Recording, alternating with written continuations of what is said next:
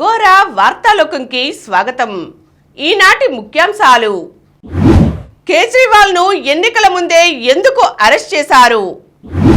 గరిష్ట ఉష్ణోగ్రతల్లో AP record. వారానికి 24 గంటలే పని. కెనడాలో విదేశీ విద్యార్థులకు కొత్త నిబంధన. అమెరికాలో మరోసారి కాల్పుల మోత. తిరుపతి బరిలో 36 మంది, చోడవరంలో 6. లింగ నిర్ధారణ పరీక్షలు చేస్తే కఠిన చర్యలు. కోర్టు ఉత్తర్వులను ఉల్లంఘిస్తే జైలు తప్పదు. ఛత్తీస్గఢ్లో మరో భారీ ఎన్కౌంటర్. జేడీఎస్ పార్టీ నుంచి ప్రజ్వల్ సస్పెండ్. 6 ఏళ్లుగా నిద్రలోనే ఉన్నారెందుకు? సుప్రీం కన్నెర్ర. దక్షిణాసియాలో ఈసారి వానలే వానలు. ముంబైపై లక్నో గెలుపు. పండంటి ఆరోగ్యానికి 16 సూత్రాలు.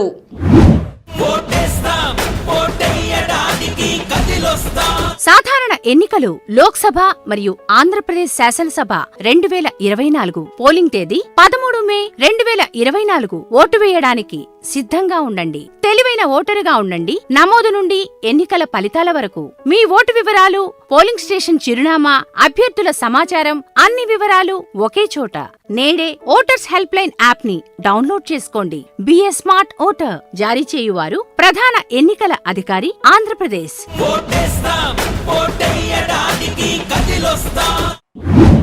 ఈరోజు వార్తలను చూద్దాం. కేజ్రీవాల్ను ఎన్నికల ముందే ఎందుకు అరెస్ట్ చేశారు? సుప్రీం ప్రశ్న. దేశంలో సరిగ్గా సార్వత్రిక ఎన్నికలు జరగడానికి ముందే ఢిల్లీ ముఖ్యమంత్రి అరవింద్ కేజ్రీవాల్ను అరెస్టు చేయడానికి కారణమేమిటని ఎన్ఫోర్స్మెంట్ డైరెక్టరేట్ను సుప్రీంకోర్టు మంగళవారం ప్రశ్నించింది. దీనిపై వచ్చే విచారణ నాటికి సమాధానం చెప్పాలంటూ అదనపు సొలిసిటర్ జనరల్ ఎల్వి రాజును జస్టిస్ సంజీవ్ ఖన్నా, జస్టిస్ దీపాంకర్ దత్తాల ధర్మాసనం ఆదేశించింది. జీవితం, స్వేచ్ఛ అనేవి అత్యంత ముఖ్యమైనవి. వాటిని నిరాకరించలేమని పేర్కొంది. ఢిల్లీ మద్యం విధానానికి సంబంధించి మనీ లాండరింగ్ కేసులో ఈడీ తన్ను అరెస్ట్ చేయడాన్ని కేజ్రీవాల్ సుప్రీంకోర్టులో సవాల్ చేశారు. దీనిపై స్పందన తెలపాలంటూ ఏప్రిల్ 15న సర్వోన్నత న్యాయస్థానం ఈడీని కోరింది. ఈ కేసుపై తదుపరి విచారణ శుక్రవారం ప్రారంభమయ్యే అవకాశం ఉంది. జేడీఎస్ పార్టీ నుంచి ప్రజ్వల్ సస్పెండ్. లైంగిక దౌర్జన్యం, వేధింపుల ఆరోపణలు ఎదుర్కొంటున్న సిట్టింగ్ ఎంపీ ప్రజ్వల్ను జేడీఎస్ తమ పార్టీ నుంచి సస్పెండ్ చేసింది. మంగళవారం హుబల్లీలో జేడీఎస్ కోర్ కమిటీ భేటీలో పార్టీ జాతీయ అధ్యక్షుడు హెచ్డి దేవగౌడకు ప్రజ్వల్ సస్పెన్షన్పై సిఫారసు చేసిన కొద్దిసేపటికే పార్టీ ప్రజ్వల్ను సస్పెండ్ చేసింది. మహిళలను ప్రజ్వల్ లైంగికంగా వేధిస్తున్నట్లుగా సంబంధిత వీడియోలు సామాజిక మాధ్యమాల్లో, మీడియాలో విస్తృతంగా షేర్ అవుతున్నాయి. ఆ వీడియోలు పార్టీకి, పార్టీ నాయకత్వానికి చెడ్డ పేరు తెస్తున్నాయి. పార్టీ నియమావళి, క్రమశిక్షణ నిబంధనావళిని ఉల్లంఘించిన కారణంగా తక్షణం ఆయన్ను సస్పెండ్ చేస్తున్నామని సస్పెన్షన్ ఉత్తర్వులో పార్టీ పేర్కొంది. కేసు దర్యాప్తు కోసం ప్రభుత్వం నియమించిన సిట్ నివేదిక, ప్రభుత్వ చర్యలను బట్టి సస్పెన్షన్ను పొడిగిస్తామని రాష్ట్ర జేడీఎస్ చీఫ్ కుమారస్వామి తెలియజేశారు.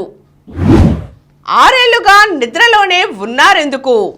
పతంజలి ఆయుర్వేద సంస్థ తప్పుదోవ పట్టించే ప్రకటనలపై 6 ఏళ్ల పాటు కిమ్మనకుండా ఉండిపోయిన ఉత్తరాఖండ్ రాష్ట్ర లైసెన్సింగ్ అథారిటీపై సుప్రీంకోర్టు కన్నెర్ర చేసింది. ఏప్రిల్ 10వ తేదీన మేము ఆదేశాలు ఇచ్చిన తర్వాత మాత్రమే ఎస్ఎల్ఏ మేల్కొంది. దేశంలో చట్టాలు ఉన్న విషయం, తమ అధికారాలు, బాధ్యతల గురించి తెలుసుకుంది. మేం అన్నీ చేశామంటూ ఇప్పుడు తనే సొంతంగా సర్టిఫికేట్ ఇచ్చుకుంటోంది అంటూ ఎస్ఎల్ఏ ఇచ్చిన వివరణపై అసంతృప్తి వ్యక్తం చేసింది. కావాలనుకుంటే క్షణాల్లో పనులు చేస్తారు, లేదంటే ఏళ్లకు ఏళ్లు దొర్లిస్తుంటారు అని అర్థమవుతుందని వ్యాఖ్యానించింది. సానుభూతి కావాలంటే కనీసం తమ వద్ద జరిగిన విషయాలను వెల్లడించి నిజాయితీతో ఉండాలని జస్టిస్ హిమా కోహ్లీ, జస్టిస్ అసుద్దీన్ అమానుల్లాల ధర్మాసనం వ్యాఖ్యానించింది. 6 ఏళ్ల పాటు ఎటువంటి చర్యలు తీసుకోలేకపోవడానికి కారణాలు ఏం చెబుతారు అంటూ సూటిగా ప్రశ్నించింది. బేషరతుగా క్షమాపణలు చెబుతూ యోగా గురువు రామ్దేవ్, బాలకృష్ణ, పతంజలి ఆయుర్వేద సంస్థ వార్తాపత్రికల్లో ఇచ్చిన ప్రకటనల్లో మెరుగైన పురోగతి కనిపించిందని సంతృప్తి వ్యక్తం చేసింది. వారానికి 24 గంటలే పని. కెనడాలో చదువుకుంటున్న భారత్ సహా అంతర్జాతీయ విద్యార్థులు సెప్టెంబర్ నెల నుండి విద్యాసంస్థ ప్రాంగణం వెలుపల వారానికి 24 గంటలు మాత్రమే పని చేసుకునేందుకు వీలు కల్పించే కొత్త నిబంధన ఒకటి మంగళవారం నుండి అమల్లోకి వచ్చింది.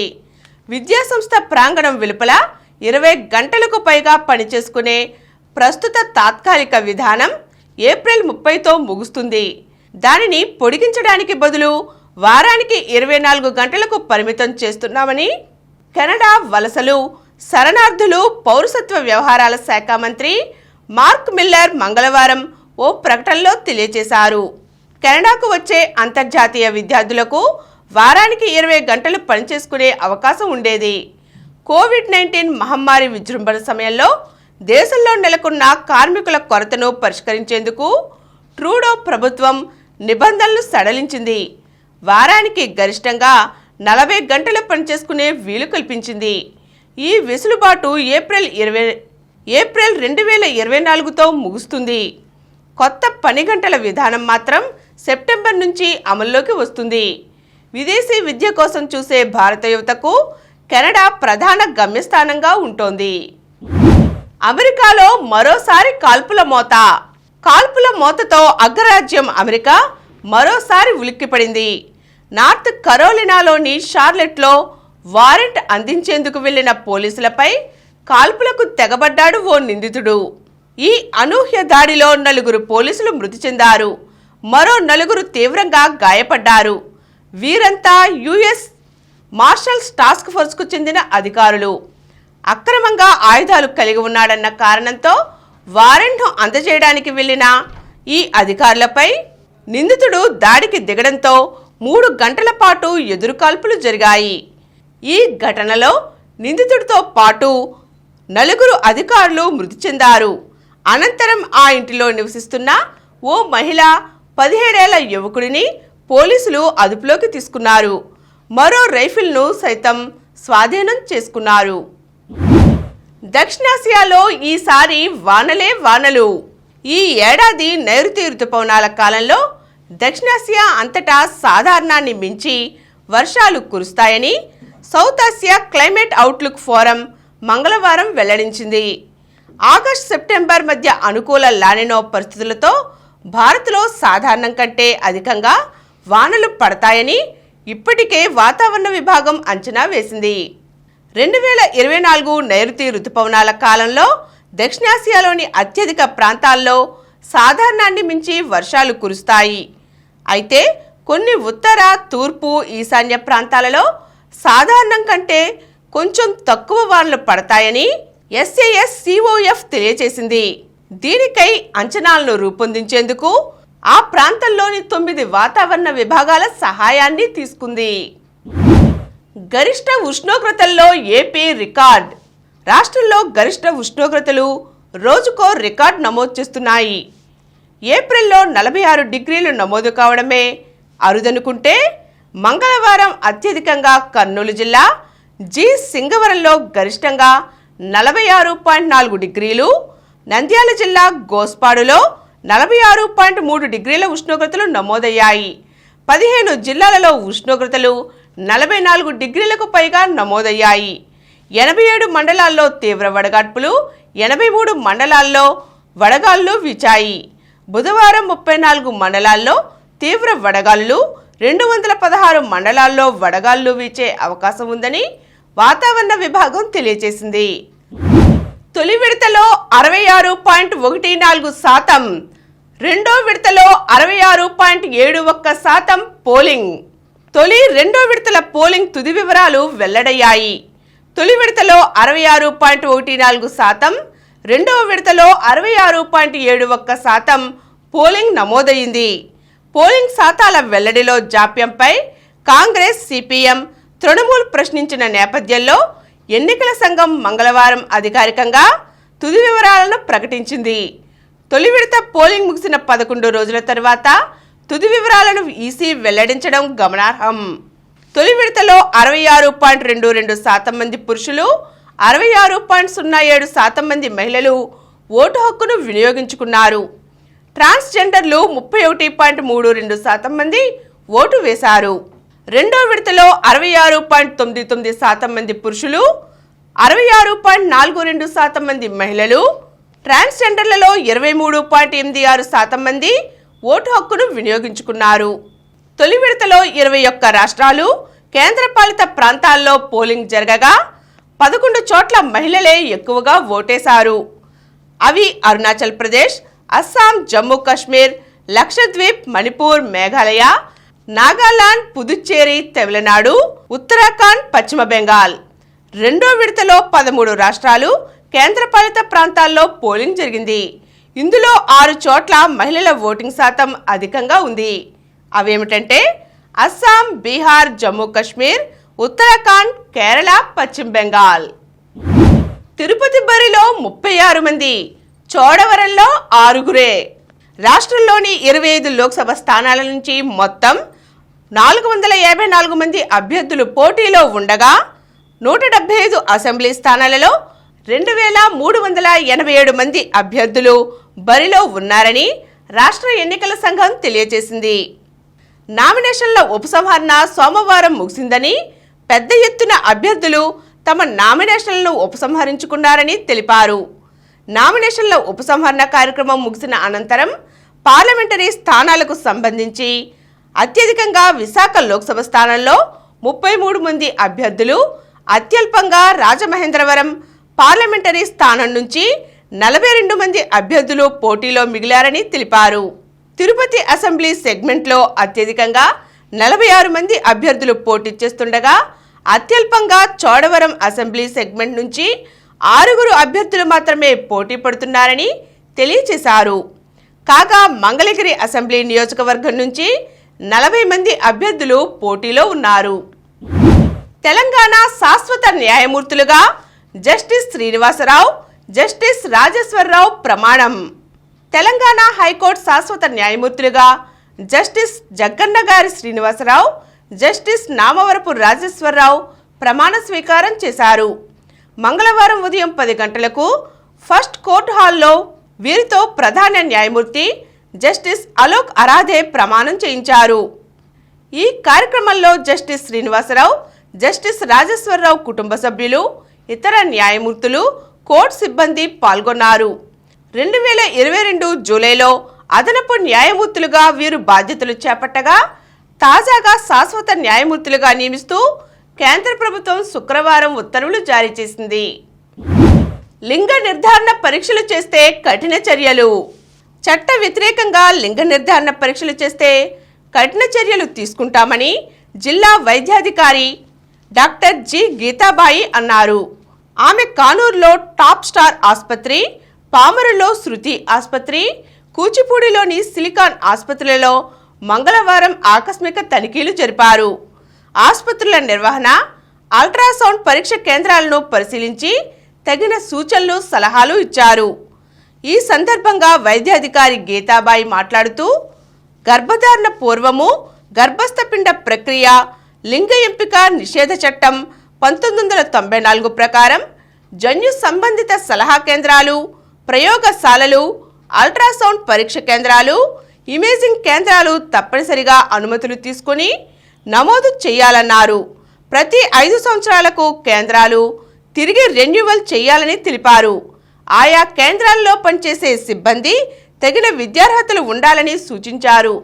నాణ్యమైన పరికరాలు, రికార్డుల నిర్వహణ సక్రమంగా ఉండాలని తెలియజేశారు. రాష్ట్ర కమిషన్ ఆదేశాల మేరకు ఆసుపత్రులకు ఫైర్ సేఫ్టీ సంబంధిత పరికరాలు ఏ విధంగా పనిచేస్తున్నాయో ఆమె తనిఖీ చేశారు. తల్లిని, భార్యాబిడ్డలను హతమార్చి ఉరేసుకున్న వైద్యుడు. ఆర్థిక సమస్యలు ఓ కుటుంబాన్ని బలి తీసుకున్నాయి. అప్పుల కారణంగా మానసికంగా కుంగిపోయిన ఓ వైద్యుడు భార్య, 2 పిల్లలు, కన్నతల్లిని కడతీర్చి తాను ఉరేసుకుని తనువు చాలించాడు. సొంతంగా ఆసుపత్రిని ప్రారంభించే ప్రయత్నాల్లో అప్పుల పాలు కావడంతో ఈ ఘాతుకానికి పాల్పడ్డాడు. విజయవాడ నగరం పటమటలో సంచలనం సృష్టించిన ఈ ఘటన మంగళవారం ఉదయం వెలుగులోకి వచ్చింది. పటమట వాసవినగర్కు చెందిన ధరావత్ శ్రీనివాస్ ఎముకల వైద్యుడు. భార్య ఉషా, కుమార్తె శైలజ, కుమారుడు శ్రీహన్, తల్లి రమణమ్మలతో పాటు ఉంటున్నారు. తండ్రి జమలయ్య నాయక్ పోలీస్ శాఖలో పనిచేసి 10 ఏళ్ల కిందట మరణించాడు.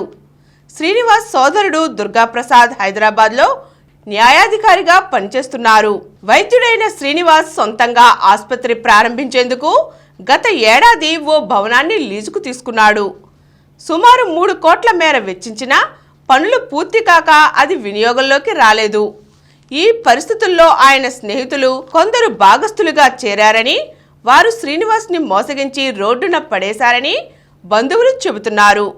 ఒకవైపు ఆర్థిక ఇబ్బందులు, మరోవైపు నమ్మిన వారు చేసిన మోసాన్ని జీర్ణించుకోలేక 2 నెలలుగా ఆయన కుంగుబాటులో ఉన్నారు. అందరినీ చంపి తాను కూడా ప్రాణం తీసుకోవాలని నిర్ణయించుకున్నట్లుగా వారు భావిస్తున్నారు. వీరి పాప ఆటిజం సమస్యతో బాధపడుతోంది. శ్రీనివాస్ తన ఫోన్లో వాయిస్ను రికార్డ్ చేసి ఉంచారు. అందులో కారులో ఉంచిన నగలను తన అన్న దుర్గాప్రసాద్కు ఇవ్వమని ఉంది. ఆర్థిక ఇబ్బందులతో చనిపోతున్నట్లుగా అందులో రికార్డ్ చేయబడి ఉంది. పోలీసులు కారులో ఉన్న సొత్తును స్వాధీనం చేసుకున్నారు. 16 లక్షల నగదు, 300 గ్రాముల బంగారం ఉన్నట్లు తేలింది. కోర్టు ఉత్తర్వులను ఉల్లంఘిస్తే జైలు తప్పదు. హష్ మనీ కేసులో అమెరికా మాజీ అధ్యక్షుడు డొనాల్డ్ ట్రంప్కు కోర్టు గట్టి వార్నింగ్ ఇచ్చింది. తాము ఇచ్చిన గ్యాగ్ ఉత్తర్వులను 9 పర్యాయాలు ఉల్లంఘించినందుకు $9,000 జరిమానా విధించింది. సాక్షులు, జడ్జీలతో పాటు ఈ కేసుకు సంబంధించి మరికొందరిపై మరోసారి ఇలా వ్యాఖ్యలు చేస్తే జైలుకు పంపక తప్పదని హెచ్చరించింది. న్యూయార్క్ జడ్జి జువాన్ ఎం మెర్చన్ ఈ మేరకు తీర్పు చదువుతున్న సమయంలో ట్రంప్ తలదించుకొని నేలచూపులు చూస్తూ ఉండిపోవడం గమనార్హం. ఛత్తీస్గఢ్లో మరో భారీ ఎన్కౌంటర్. ఛత్తీస్గఢ్లో 2 వారాల వ్యవధిలోనే మరో భారీ ఎన్కౌంటర్ చోటు చేసుకుంది. నారాయణపూర్, కాంకేర్ జిల్లాల పరిధిలోని మావోయిస్టులకు పెట్టని కోటగా ఉన్న అబుజ్మడ్లో జరిగిన ఎదురుకాల్పుల్లో 3 మహిళలు సహా 10 మంది మావోయిస్టులు మృతి చెందారు.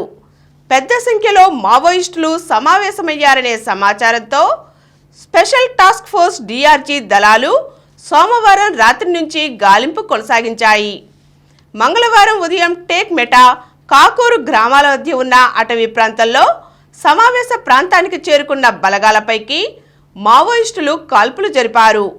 ఈ సందర్భంగా ఇరు వర్గాల మధ్య హోరాహోరీ ఎదురుకాల్పులు చోటు చేసుకున్నాయి. కాల్పుల అనంతరం ఆ ప్రాంతంలో 3 మహిళలు సహా 10 మంది మావోయిస్టుల మృతదేహాలు పడి ఉన్నాయి. ముంబైపై లక్నో గెలుపు. బౌలర్లు శాసించిన ఐపీఎల్ మ్యాచ్లో లక్నో సూపర్ జైంట్స్ పైచేయి సాధించింది.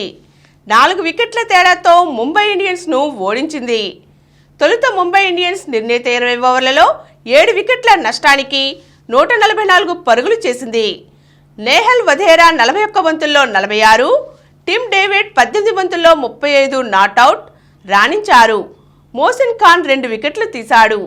తరువాత లక్నో 19.2 ఓవర్లలో 6 వికెట్లకు 145 పరుగులు చేసి గెలిచింది. Player of the match Stoinis 45 బంతుల్లో 62 నెమ్మదించిన పిచ్పై కీలక పాత్ర పోషించాడు. హార్దిక్ పాండ్యా 2 వికెట్లు తీశాడు. మెరుపులు మెరిపించవలసిన పవర్ ప్లేలో ముంబై కష్టాల పాలైంది.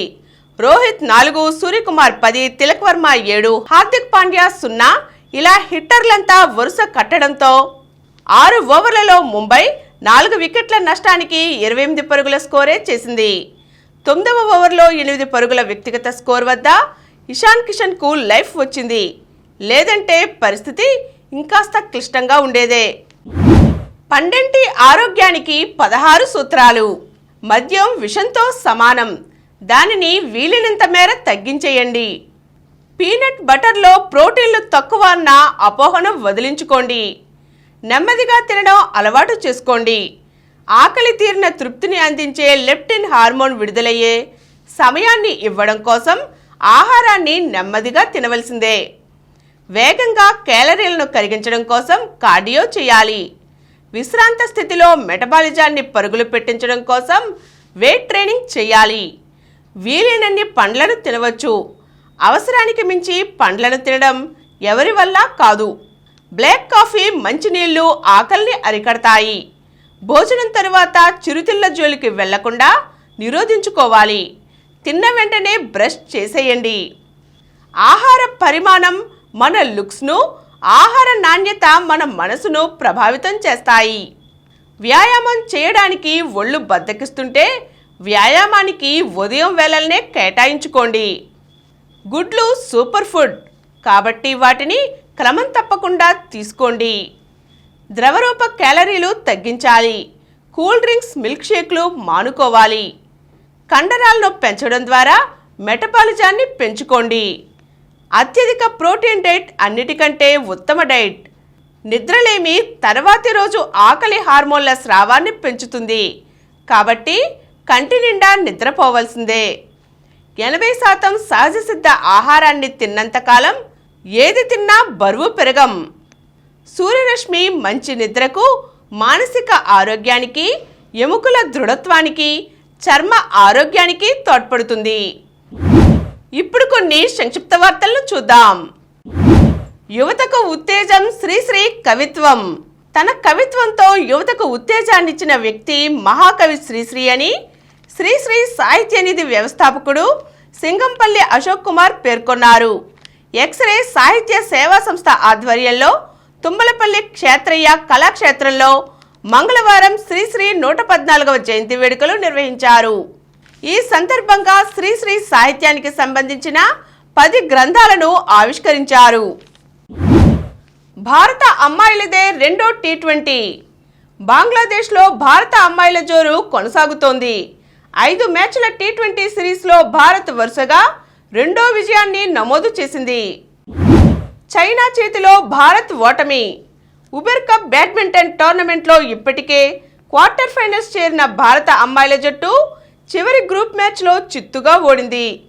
15 సార్లు విజేత చైనాపై ద్వితీయ శ్రేణి భారత జట్టు సంచలనం సృష్టిస్తుందన్న అంచనాలు లేకపోయినా కనీసం ఒక్క మ్యాచ్ అయినా గెలవలేక అన్నిట్లోనూ ఓటమి చవిచూసింది. టీ20 ప్రపంచ కప్కు భారత జట్టు ఎంపిక. రాహుల్, రింకులకు నిరాశ. దూబేకు అవకాశం. రిజర్వ్ జాబితాలో గిల్. ఇంగ్లాండ్ టీ20 జట్టులో జోఫ్రా ఆర్చర్. గాయం నుంచి కోలుకుని పూర్తి ఫిట్నెస్ సంతరించుకున్న పేస్ బౌలర్ జోఫ్రా ఆర్చర్ మళ్లీ ఇంగ్లాండ్ జట్టులోకి వచ్చాడు. మార్కరం సారథ్యంలో బరిలోకి దక్షిణాఫ్రికా. టీ20 ప్రపంచ కప్లో పాల్గొనే దక్షిణాఫ్రికా జట్టును ప్రకటించారు. గత ఏడాది మార్చిలో తొలిసారి దక్షిణాఫ్రికా టీ20 జట్టుకు కెప్టెన్గా ఎంపికైన మార్కరం సారథ్యంలోనే సఫారీ బృందం ఈ మెగా టోర్నీలో తలపడనుంది. ఐపీఎల్లో నేడు చెన్నై వర్సెస్ పంజాబ్ రాత్రి 7:30 గంటలకు. మరిన్ని వార్తా విశేషాలతో రేపటి గోరా వార్తాలోకంలో కలుద్దాం. Thank you. ప్రతిరోజు వార్తా విశేషాల కోసం అనతి కాలంలోనే 20 కోట్ల వ్యూస్ సాధించిన డాక్టర్ సమరం మల్టీ ఛానల్ నెట్వర్క్ సమర్పించు గోరా వార్తాలోకంకు సబ్స్క్రైబ్ చేయండి, లైక్ చేయండి, మీ ఫ్రెండ్స్కి షేర్ చేయండి. అలాగే ప్రక్కనున్న గంట సింబల్ని ప్రెస్ చేయడం మర్చిపోకండి. Please download Samaram multi-channel app and watch your favorite channels from your mobile. App available on Google Play Store and subscribe to the channels.